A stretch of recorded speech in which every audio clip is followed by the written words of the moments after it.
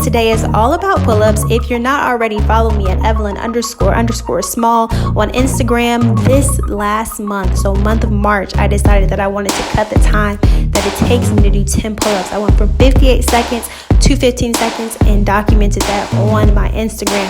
But I realized that most people can't even do a pull-up and they're hard. So today I'm going to give you exercises from easy to hard that you can join in on wherever you are in your journey to get your pull-ups. So right now I'm using suspension straps. You may know this as TRX. That is the brand, but you can get any type of suspension straps. I'm just adjusting them to make sure that they're even.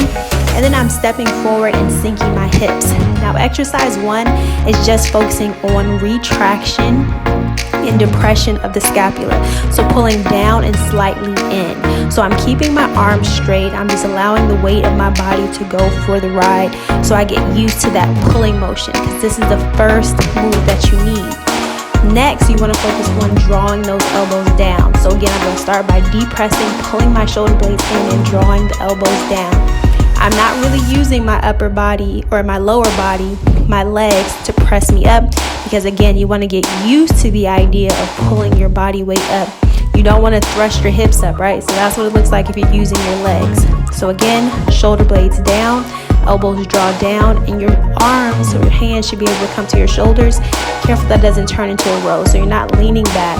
Tailbone is down to the ground, feet are hip width apart, and again, just drive the shoulders down, elbows follow, come up, step back to step out of it.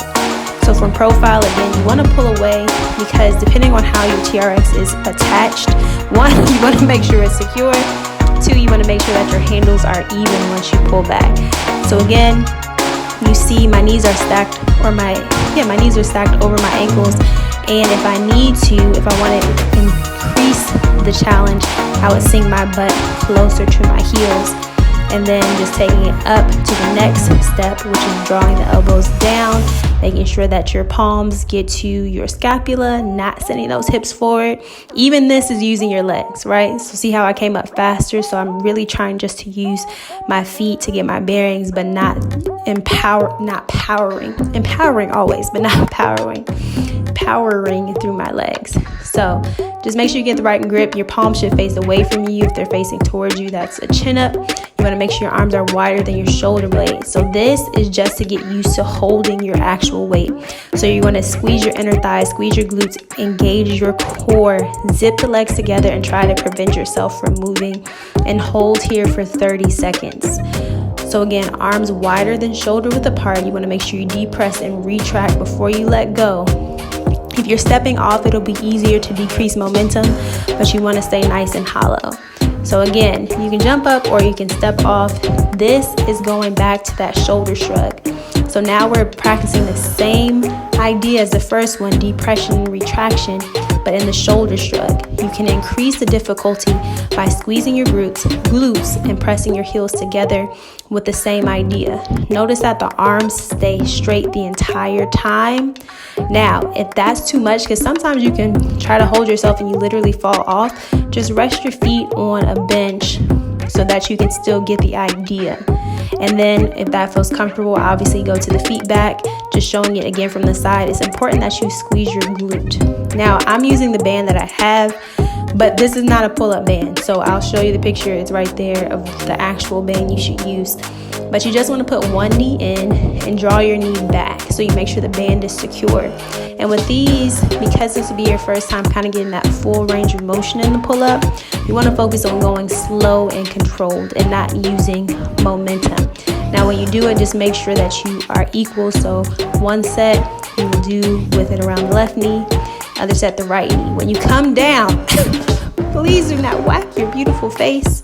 Press down into the band and release it. So again, press down as much as you can, because some people's hip flexors are tight. You might not be able to get your knee all the way up, and then you want to fall off. Your same idea as what we've been practicing up until this point.